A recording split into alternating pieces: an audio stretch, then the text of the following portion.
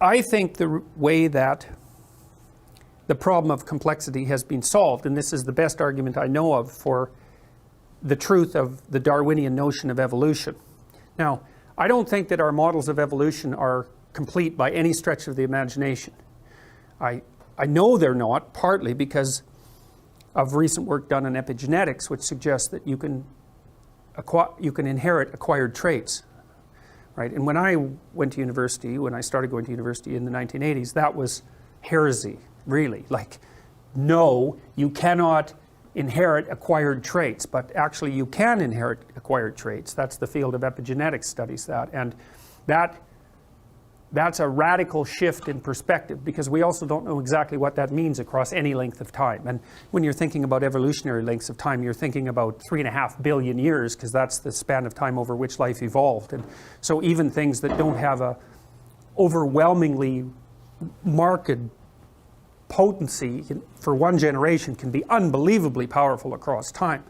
And then there's also the issue of sexual selection, because you know, you'll hear Darwinists continually describe the world and the evolutionary world as a place of randomness. And that's not true. And I don't know why they make that statement. The mutations are random or quasi-random, because we don't understand mutations that well yet either. And most mutations are deadly, right? Most mutations are deadly. There's a set of them that are harmful but not deadly. And then there's a tiny, tiny proportion that could, in principle, produce some benefit to the next generation, assuming environmental shift, say, in the direction of the mutation. So, and there's a randomness element to that. We know that. I mean, part of the reason that you mutate, or your cells mutate, your DNA mutates, is because of background levels of radioactivity. And a lot of that's a consequence of solar activity, right? So cosmic rays come zipping through the atmosphere and they nail your DNA and produce minor alterations, and that's a mutation. And if you crank up the background radiation rate, like say around Chernobyl, then the mutation rate rises, and there's definitely a random element to that. And it's necessary for there to be a random element, because as far as I can tell, the only way you can beat a random environment is by producing random changes. Right? So, you know the idea, basically. The environment isn't some static place that's selecting for higher and higher levels of fitness, or not in any, it's certainly not doing that in any static way. And so it's shifting around randomly. And then, you know, you have a structure your species has a structure that's a consequence of this immense evolutionary journey, and it's moderating itself randomly within certain parameters. The parameters being that most mutations will kill you, like alterations in your fundamental form generally tend to kill you, so they're incremental. And so the mutations are random, and they match, hopefully, they match the randomness in the environmental shift, and so you can more or less keep up that way. But then there's additional complicating factors, and they're not trivial, and one of them is whatever epigenetics does. We don't know anything about that yet, but the second one is sexual selection. And sexual selection is no joke. It could be the primary thing, it's certainly one of the primary things that's driven human evolution. And I think you can say that you think about the environment again. Well, let's think about the environment. So you have a dominance hierarchy, and that's really an old structure. The dominance hierarchy is 300 million years old, because it emerged pretty much whenever there was a nervous system, emergent nervous system, and whenever animals had to occupy the same territory, they automatically organized themselves into something approximating a dominance hierarchy. So it's a very, very, very, very old structure. It's older than trees. It's older than flowers. It's old. And as far as real goes from a Darwinian sense, permanent is real. And so when you can say, well, you know, our arboreal ancestors adapted themselves to trees, and so the tree was around long enough to be a feature of the environment. But the dominance hierarchy has been around a lot longer than trees. And you can think of the dominance hierarchy both as an adaptation to the environment, because you'd kind of think about the dominance hierarchy as a cultural construct. But if a cultural construct lasts long enough, then it becomes part of the environment. And so the dominance hierarchy is part of the environment. And what seems to happen, roughly speaking, and this is an oversimplification, but we'll go with it, is that males have a dominance hierarchy, and there's a relatively small number of males that are relatively successful, and those successful males have preferential access to female reproductive capacity, either because the females actively choose the more dominant males, which is very, very common, or because the more dominant males chase all the less dominant males away, so that even if the females don't exercise choice, which they often do, then the only males left around that can serve as reasonable mating partners are the more powerful ones. And so you think you've got two really radical determiners of evolution as a consequence of that. One is that I'm not talking about female dominance hierarchies at the moment, but I can talk about them, but that's why this is an oversimplification. But what happens is that the males obviously are selected for their ability to move up dominance hierarchies. Obviously, because the ones that are at the top of the dominance hierarchy reproduce preferentially. And so that means the male dominance hierarchy becomes a method of selection. But then allied with that is the female proclivity for choice on whatever dimension the dominance hierarchy happens to be arranged. And so then female sexual selection also becomes a radical, non-random selector of what genetic material is going to move into the next generation.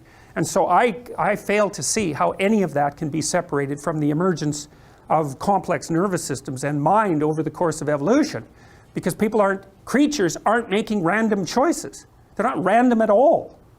So we even know such things like, imagine a peacock's tail, and it's covered with eyes, which is quite interesting because eyes, of course, attract attention. And lots of animals have evolved eye-like markings. Like moths, there's moths that when they unfold their wings, they have two big eyes on the back of them. And that's to keep birds from eating them, right? Because the birds don't like being stared at, so they stay away from the moths.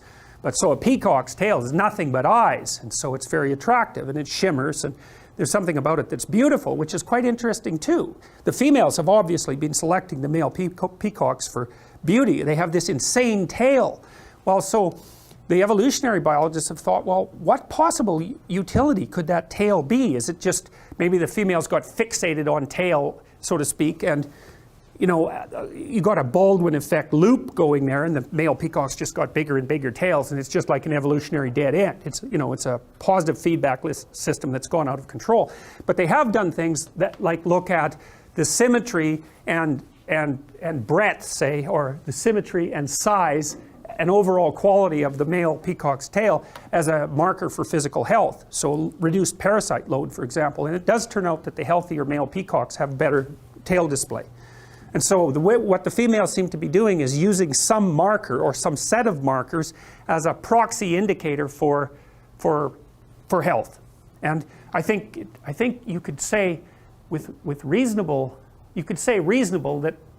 that female human beings do the same thing to male human beings. And there's some of that vice versa too. Like we evaluate each other, for example, for symmetry, which is one of the elements of beauty, because healthier people tend to be more symmetrical. And lots of animals use symmetry.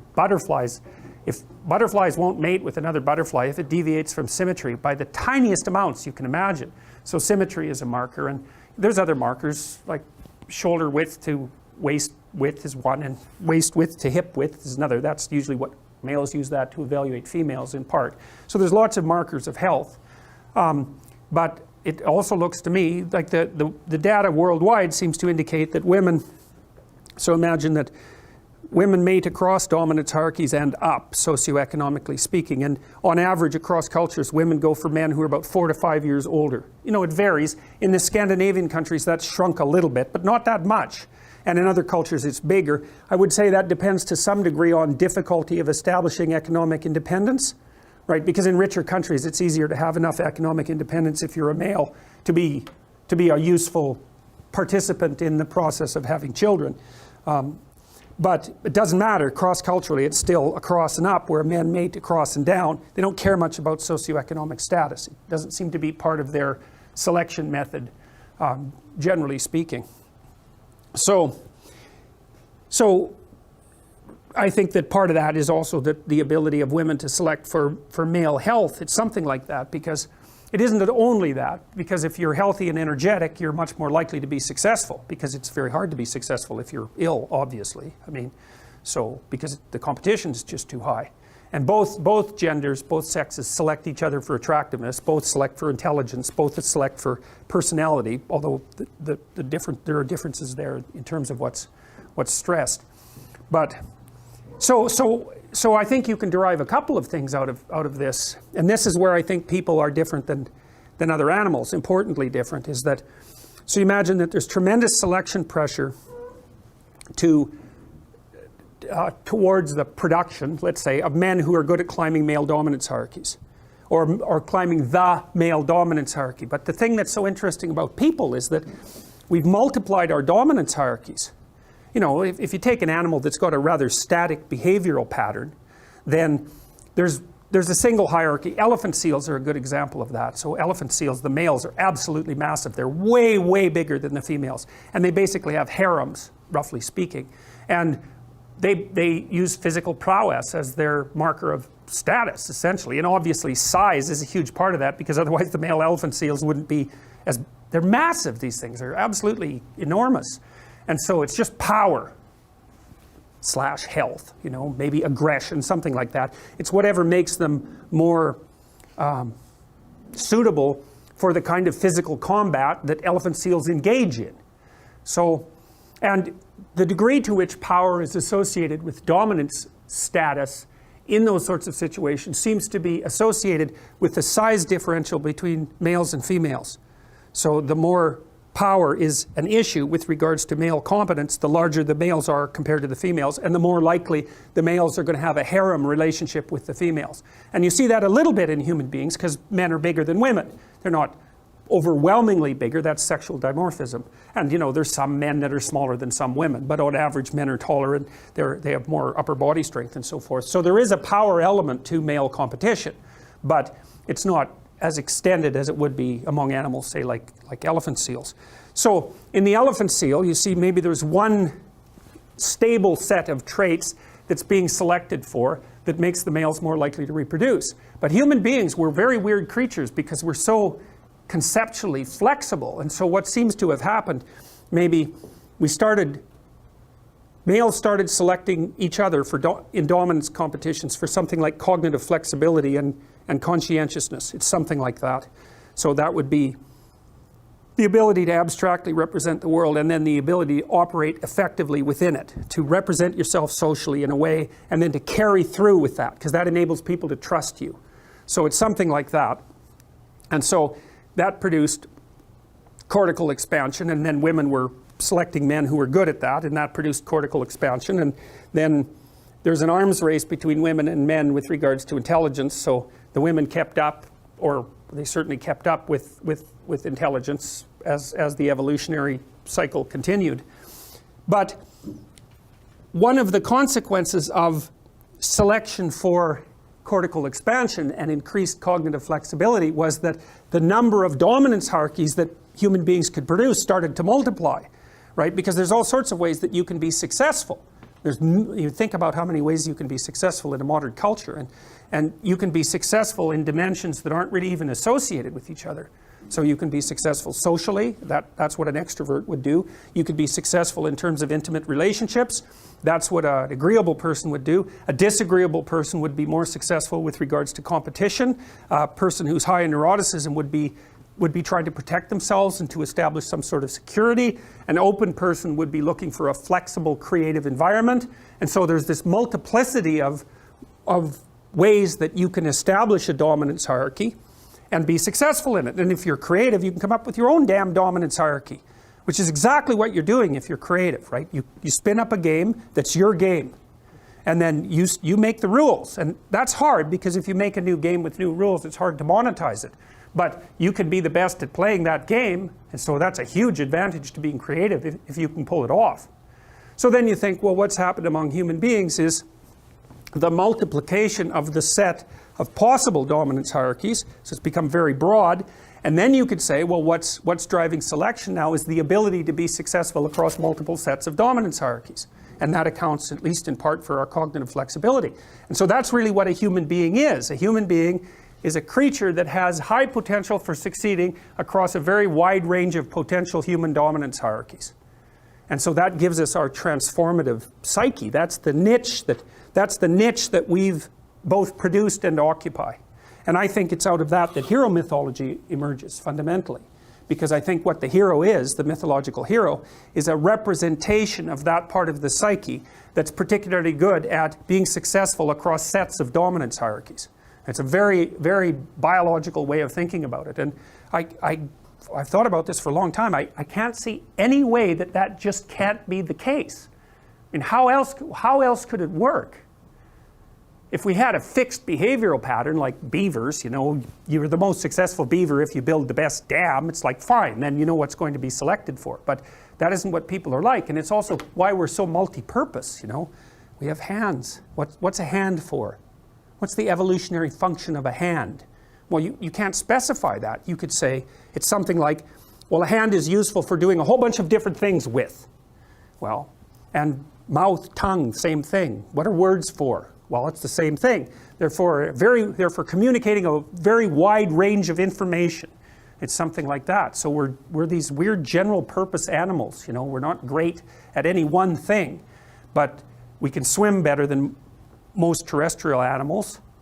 We can run faster than most animals, and we can certainly run longer. Like a human being can run a horse to death over the course of a week if they're in good shape. So we're really good at being a multi-purpose entity, like a rat, they call rats weedy species because they can be anywhere. They don't have a specific niche. There's animals down in the Amazon that they're specialized for one tree, or one type of tree in one tiny little area. That's not what human beings like, is we're like cockroaches or rats, which is a nasty comparison, but we can go anywhere and thrive. And so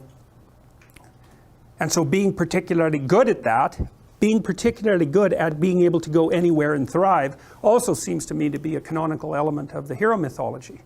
So. Now let me this is where you might get in a little trouble. Because in your book you call men order and women chaos. And you say, order, the known, appears symbolically associated with masculinity, and chaos, the eternal feminine, is also the crushing force of sexual selection. Yeah, what's up with that? Yeah, we chaotic. Okay. You find us chaotic. It isn't men and women that are order and chaos. It's masculinity and femininity symbolically. And so what's happened fundamentally is that our brains are wired for social cognition. So we're not natural scientists. We're natural sociologists. That might be a better, even though I shudder to think that might be true. Especially given the state of sociology. Yes, well, that's it. Okay, triggering. Or maybe, triggering. Yeah, or maybe we're more naturally people who observe through the lens of fiction, and that what we see is the world as characterized, and the world obviously is made out of men and women and children. And those seem to be our fundamental cognitive categories: masculinity, femininity, and then the category of children. And those categories have expanded to take on connotations outside of pure person perception. And so, it's for this reason that if you go to a movie, and maybe it's a Disney animated movie, and I like to talk about those because they draw on a very deep symbolic well. It's perfectly reasonable to see a witch that lives in a swamp, because those go together. It makes sense. The witch doesn't live in a gleaming chrome high-rise. No. She lives in a swamp because that's, and maybe in a shack. Handy for her broom, I think. She could just fly out. Well, the that's door. it. Well, the high-rise would be better for the broom, because right. you could take off. You could take off better. But there are categories of symbolic association that are natural to the way we think, and the fundamental elements of those categories seem to be gendered. And so this is partly why I make reference to Taoism, for example. So for the Taoists, the world is made out of chaos and order.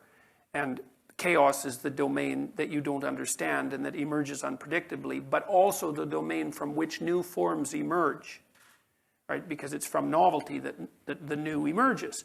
And I think the fundamental association between femininity and chaos is the association between what's unexpected and novel and what's new, because new forms emerge from chaos. And it's not that chaos is bad and order is good. That's not. Both have their pathologies. Both have their pathologies. And their virtue. Yeah, yes, and what you're looking for, and this is what the book concentrates on above all is that you're looking constantly to find the balance between those two. So, for example, formally speaking, the domain of order is that place that you are when what you're doing is producing the results that you want to have produced. So think about the preconditions for not being anxious. Okay, so the preconditions are that you're constantly making predictions about what's going to happen next.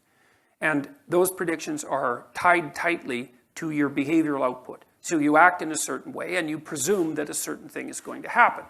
And if your actions produce the results that you desire, then you assume that you know where you are and you know what you're doing, and that your plan is intact, and that the environment is secure, and that keeps your anxiety under control. That's order. And then, maybe you're at a party and you don't know anybody, and you tell a joke and everybody looks at you like what you said was not only not funny, but also downright offensive. And then all of a sudden, you've moved from the domain of order into the domain of chaos, because you thought you were somewhere, and you thought you were someone, and you thought you were with people that were of a certain type, and you got all that wrong. And so it calls... You're also suggesting it is going to be the woman who says, I find that really offensive. I'm not suggesting that. But it probably is.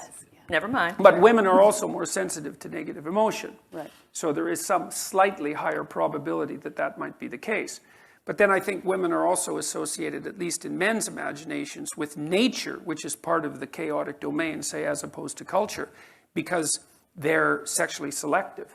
So you got to think, what is nature? I mean, we have that as a cognitive category, right? We think of the natural world, we think of nature versus culture. It's a fundamental opposition. What is nature? Well, nature is trees and landscapes and animals and all of that. But that isn't what nature fundamentally is. Nature fundamentally is that which selects from a genetic perspective. That's nature. That's the fundamental definition of nature. And it is the case that human females are sexually selective. And it's a major component of human behavior. So the evolutionary theory, roughly speaking, is that the reason we diverged from chimpanzees 8 million years ago, 7 million years ago, is at least in part because of the differences between sexual selectivity between female humans and female chimpanzees. Female chimpanzees are more likely to have offspring from dominant males, but it's not because of their sexual selectivity. So a female chimpanzee has periods of fertility that are marked by by observable physiological changes. Not the case with human females. Human female ovulation is concealed. So that's a very profound biological difference between human females and chimpanzees. And the chimpanzee females will mate with any male, but the dominant males chase the subordinate males away. But human females are sexually selective, and it's not a trivial fact. So you have twice as many female ancestors as male ancestors. You think, well, how can that be? Well, imagine that on average, every single human female has had one child throughout the entire course of history, which is approximately correct, by the way. Then imagine that half of the men had 0 and the other half had 2. Okay, and that's roughly the case. So half of males, historically speaking, have been reproductive disasters. And the reason for that is because of female sexual selectivity. So it is actually the case that female humans are nature. It's not only that they're associated with nature symbolically. As far as reproduction is concerned, they are the force of nature that does the selection. And so they're nature in the most fundamental way. And there is a chaotic element of that, at least in relationship to men, and also in relationship to women, because a lot of the female-on-female competition is competition that's chaotic for the right to be sexually selective, right? Not only with regards to men, which drives a lot of politicking, but also in relationship to each other, because part of what human females do is jockey for position in the female dominance hierarchy for the top position, which is the woman who gets to be most sexually selective. And so that drives female-female competition, and it's a different dynamic. There's similarities between female-female competition and male-male competition, but there are also differences, and they're pronounced. So men, for example, men are more likely to compete for socioeconomic status, and that's partly because that drives female mate choice. So the correlation for men between socioeconomic status and sexual success is about 0.6. And for women, it's 0. 0. In fact, it's actually slightly negative. So, and that's a huge difference between men and women. But Do you know the anthropologist Sarah Hrdy?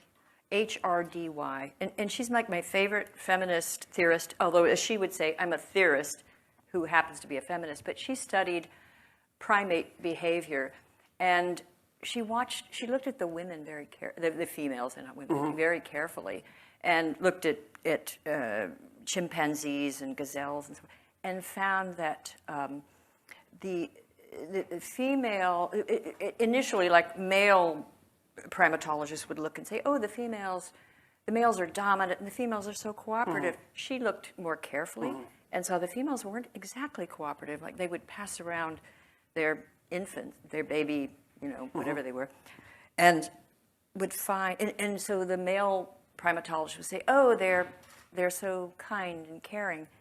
She found out that when it was not it was not hers, they would take little tufts of hair, it would come out, or they'd do something to the eyes, and the baby would be injured, and she saw all this violence. Especially but it was true when there's covert. status differentiation. Yes. So it's much more likely that'll happen when a higher status female is taking care of a lower status infant. Exactly, and she said the great tragedy, well, not tragedy, she said the reality of our species, and in fact, the subtitle of her book is The Woman Who Never Evolved. We didn't evolve for niceness and cooperative. There's immense competition, and according to her, it's indelibly, marked in our nature to compete for the dominant males. Oh, yes, no doubt about that. And that seems true cross-culturally as well. That does flatten out a Exactly. little bit in the more egalitarian societies. Yeah. So instead of being exaggerated, it does flatten to some degree. Right. So you could imagine that there's a biological component and a cultural component. Of course, and both. In that case, if you modify the cultural component, then that seems to decrease the overall. So, let me be more clear about this. Women are less prone to mate up, across and up status hierarchies in Scandinavia than they are in less egalitarian countries. But they're still prone to do it. So worldwide, for example, young women find men who are about 4 years older than them maximally attractive. And they tend to mate across and up status hierarchies. And so one of the consequences of that, for example, is that as women have entered the workforce, they've actually driven inequality, because rich women will only marry rich men as rich as them or richer, whereas rich men will marry women who are poorer than them, but women won't. And so what that means is it's another factor that's pooling wealth in the hands of fewer and fewer people. it's assortative mating now, Yeah. and you just find someone with your background. Whereas a doctor might have once married his secretary, he now marries another doctor. Yeah.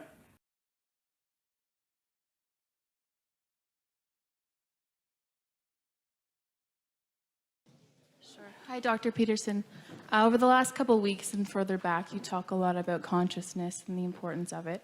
And I was hoping to get your opinion on an issue of consciousness that has often seen Christianity, among other groups, and politics kind of clash. So I'm hoping to get your views on the consciousness or lack thereof of a human fetus, and how that's impacted your views on abortion, whatever they are, and any legislation surrounding that. Oh.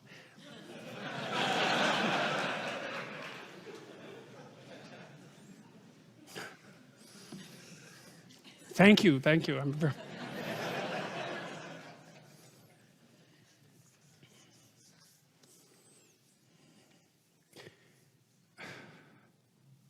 Okay, so the first question is, do I have an answer for that that's a good enough answer to actually reveal?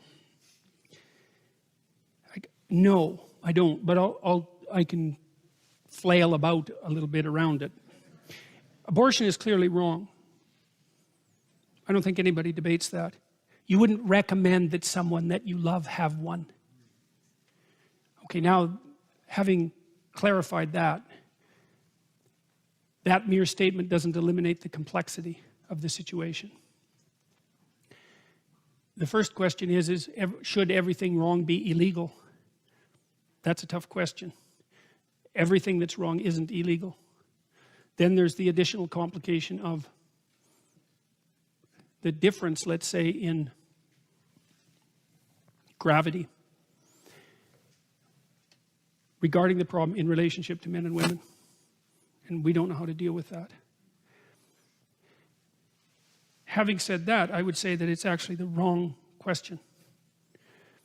There's something Leonard Cohen said once. He said that in a massacre, there's no decent place to stand. And what he meant by that was, sometimes you're where there is no good decision left. No matter what you do, it's wrong. So then the question is, how did you get there? Well, let's say you're in a position where you are inclined to seek an abortion.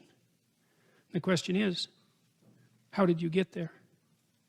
Now, we have a lot to straighten out about the sexual relationships between men and women in the modern world.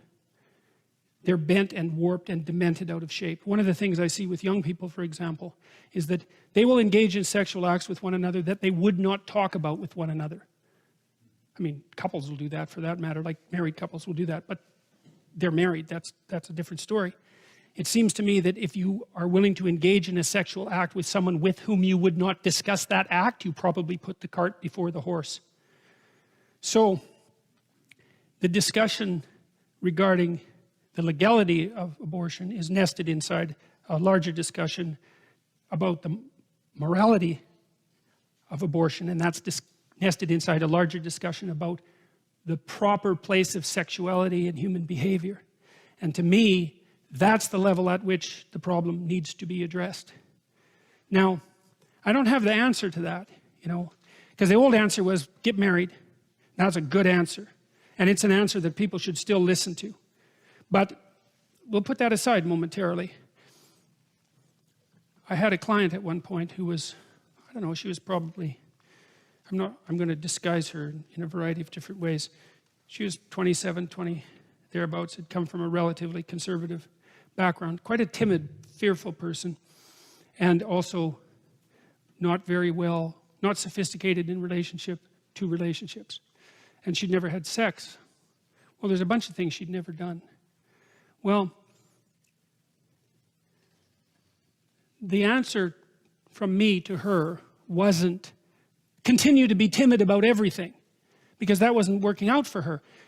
She needed to go have some adventures. Now, sexual adventures, like other adventures, are dangerous. And so you have to be very careful when you encourage people to go out and have adventures. But too much timidity and caution also constitutes a pathway to perdition, let's say. You can't just say to people in the modern world, well, no sex till you're married, unless you're going to get married when you're very young, and perhaps you should. I don't know about that. But I don't think that we're mature enough as a culture to have a serious discussion about sexual propriety, especially in the aftermath of the birth control pill. And we seriously need to do that. And we haven't. And so I think the eternal debate about abortion, horrible as it is it's the surface manifestation of a much deeper problem. Now, I talked a little bit today about the utility of marriage, like the spiritual utility of marriage. And that's something that I think we're so immaturely cynical as a culture. Like we're not wise enough to look at an institution like marriage and to really think about what it means and what it signifies. It signifies a place that people can tie the ropes of their lives together so that they're stronger. It signifies a place where people can tell the truth to one another. It signifies a place where sexuality can properly be integrated into life. That's no easy task. It's a place where children, at least in principle, can be put first and foremost as they should be once they exist. And so there's a much broader discussion that has to happen, I think, before any concentration on the legality of abortion is liable to get anywhere at all. That's what it looks like to me. So that's the best I can do with that question.